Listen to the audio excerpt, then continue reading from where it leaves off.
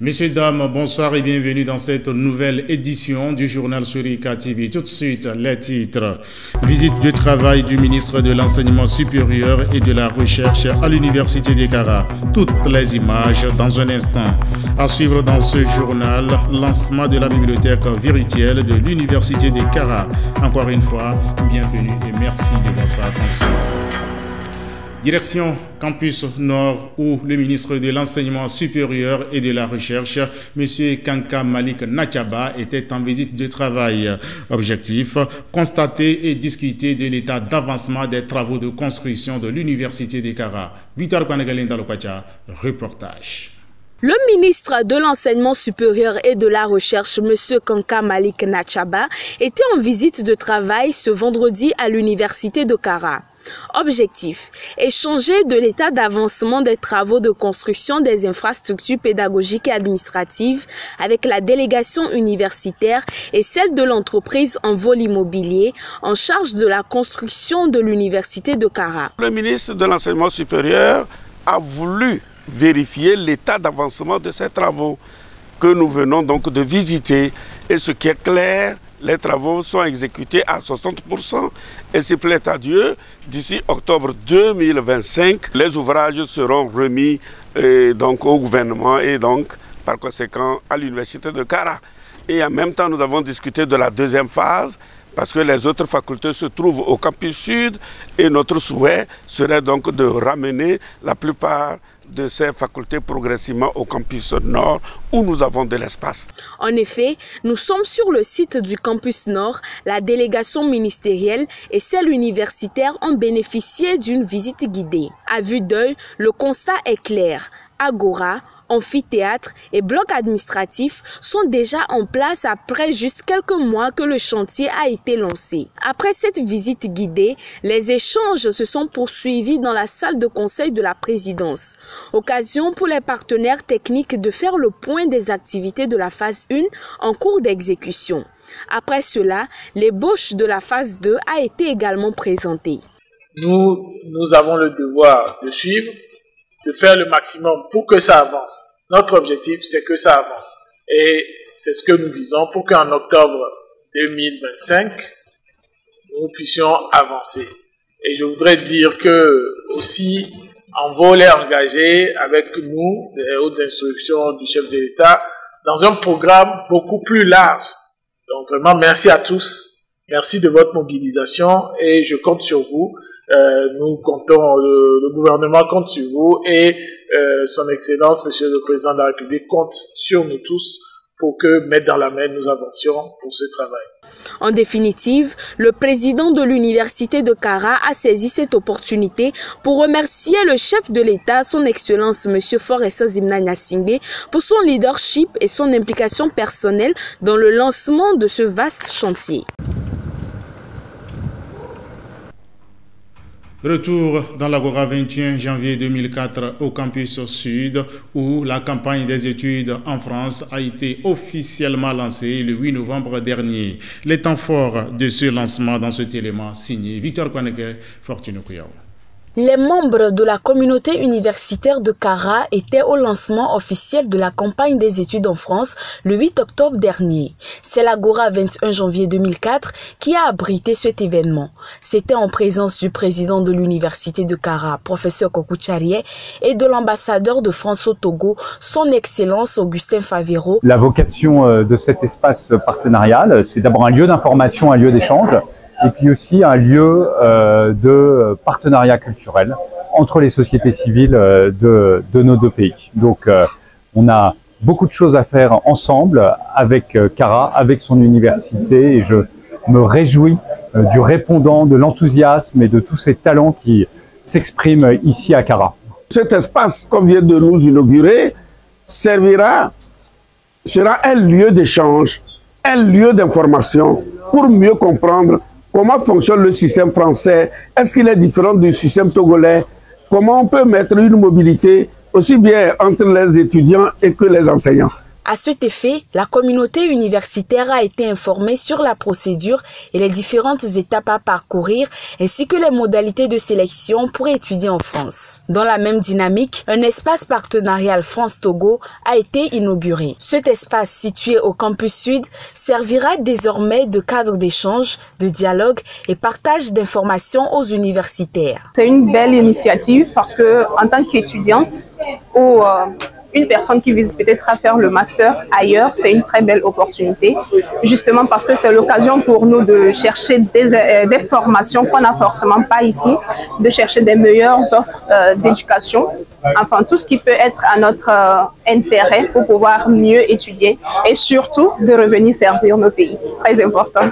Pour rappel, les candidatures via le lien Campus France Togo ont démarré depuis le 1er octobre et se poursuivent jusqu'au 28 février 2025.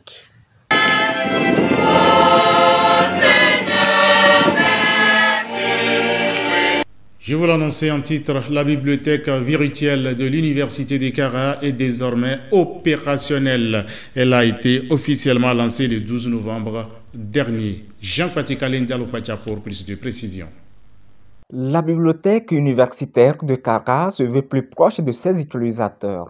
Ainsi, de la version physique de ces documents, elle en est à la version virtuelle. Cette bibliothèque virtuelle baptisée Takaisebo a été officiellement lancée le mardi dernier au campus sud par le professeur Koko Thiarié, président de l'institution. Cette plateforme innovante offre un accès illimité à des milliers de livres, d'articles et de ressources éducatives disponibles 24 heures sur 24 et 7 jours sur 7. Takaisebo en Kabylie, le grenier des livres en français est désormais ouvert à l'Université de Kara.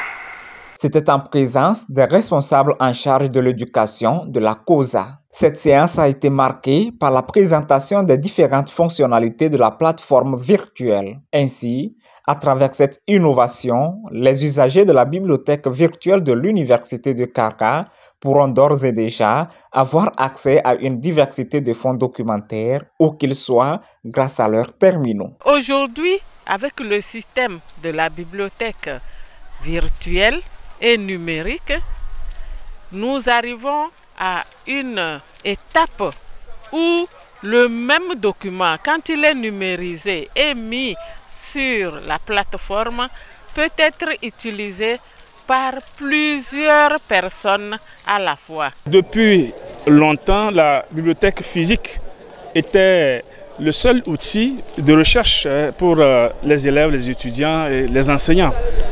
Mais il arrivait que par rupture de documents ou par insuffisance de certaines ressources, il y avait des difficultés pour faire de la recherche. Aujourd'hui, avec cette plateforme qui vient d'être lancée, qui permettra à tout ce personnel-là de faire de la recherche, va outiller davantage ce monde avec les ressources numériques. Cette démarche est une avancée significative qui permet aux usagers d'être suffisamment documentés pour leurs travaux de recherche et de publication. J'espère m'abonner parce que ça me permettra d'avoir tout ce que je veux en temps et en heure, où que je sois, comment je veux, même en étant dans mon salon. La sensibilisation que nous avons eue m'a vraiment impressionné. J'ai eu vraiment des avantages. Je pense qu'avec la lecture et les recherches, je peux avoir ma licence en 3 ans. L'activité s'est déroulée dans une ambiance rythmée de pas de danse au grand bonheur du public.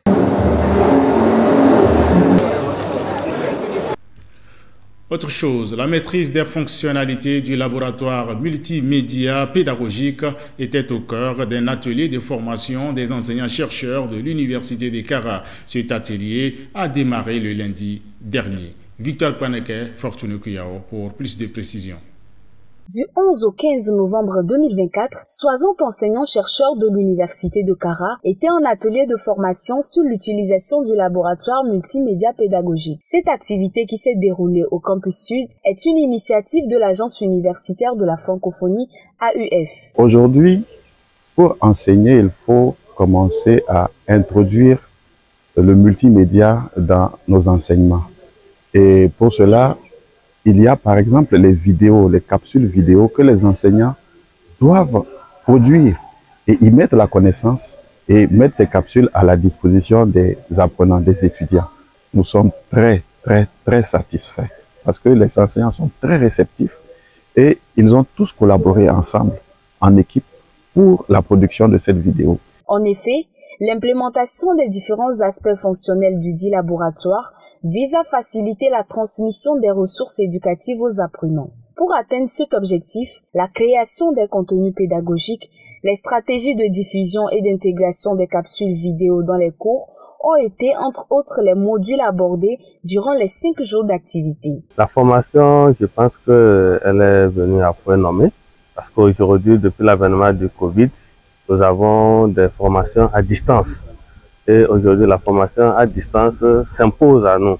Et l'outil sur lequel nous avons été évalués est un outil vraiment de qualité qui nous permet donc de pouvoir faire nos cours à distance, mais dans des conditions plus pratiques.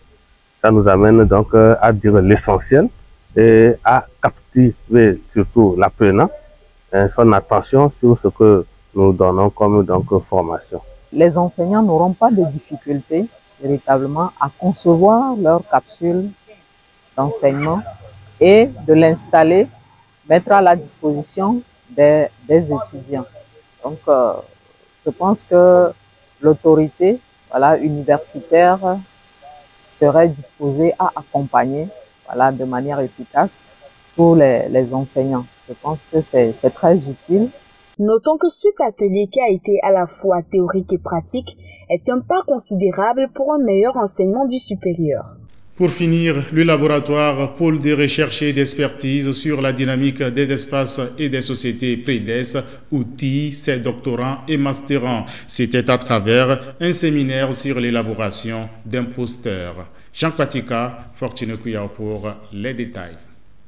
Faire la promotion des résultats d'une recherche à travers des posters scientifiques, tel était l'objectif du séminaire organisé par le laboratoire Pôle de recherche et d'expertise sur la dynamique des espaces et des sociétés PREDES le 12 novembre dernier. Ce séminaire de conception de posters scientifiques a été initié au profit des étudiants de niveau master et doctorat. Pour nous, ce sont des formations qu'il faut répéter parce que les étudiants en ont besoin. Donc, ce qui nous motive, c'est que nos étudiants viennent de soutenir le mois de master. Il y en a qui vont vouloir faire des recherches, ils vont vouloir être en thèse. Donc, il faut les outiller à maîtriser les techniques de présentation de résultats dans forme de poster. Il y a aussi des étudiants en thèse qui sont en train de soutenir, d'autres sont en fin de recherche. Donc, ils ont besoin d'exprimer leurs résultats sous forme de poster, surtout l'université, parce que derrière le poster, il y a le logo de l'université où l'étudiant est inscrit. Donc c'est vraiment la visibilité de toute l'institution. Nous avons constaté que d'habitude, nous encourageons nos étudiants à participer à des manifestations scientifiques en présentant des communications orales. Mais maintenant, nous voulons également les initier à aller, c'est-à-dire à résumer donc, les travaux donc, de recherche sous forme donc d'affiches, puisque cela a plusieurs avantages, parce que c'est la visibilité, eux-mêmes leur propre visibilité, ensuite la visibilité de leur institution.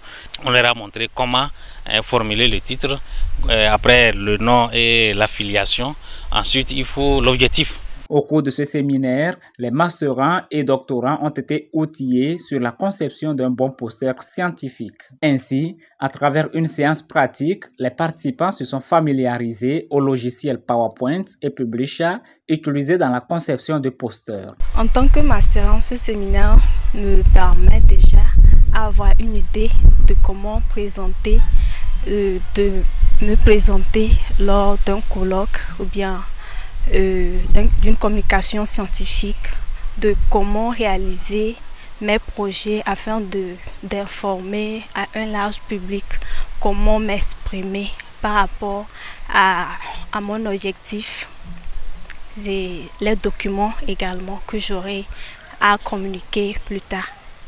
Avec les nouvelles compétences acquises, les bénéficiaires de la formation pourront désormais présenter les résultats de leurs travaux de recherche sous forme de posters lors des colloques et autres rendez-vous scientifiques. Fin de cette édition, je vous en rappelle les grandes lignes. Visite de travail du ministre de l'Enseignement supérieur et de la Recherche à l'Université de Kara. Il a été également question dans ce journal du lancement de la bibliothèque virtuelle de l'Université de Kara. Voilà, c'est fini pour ce rendez-vous informationnel de la semaine. Merci de l'avoir suivi. Excellent week-end à toutes et à tous. Bonsoir.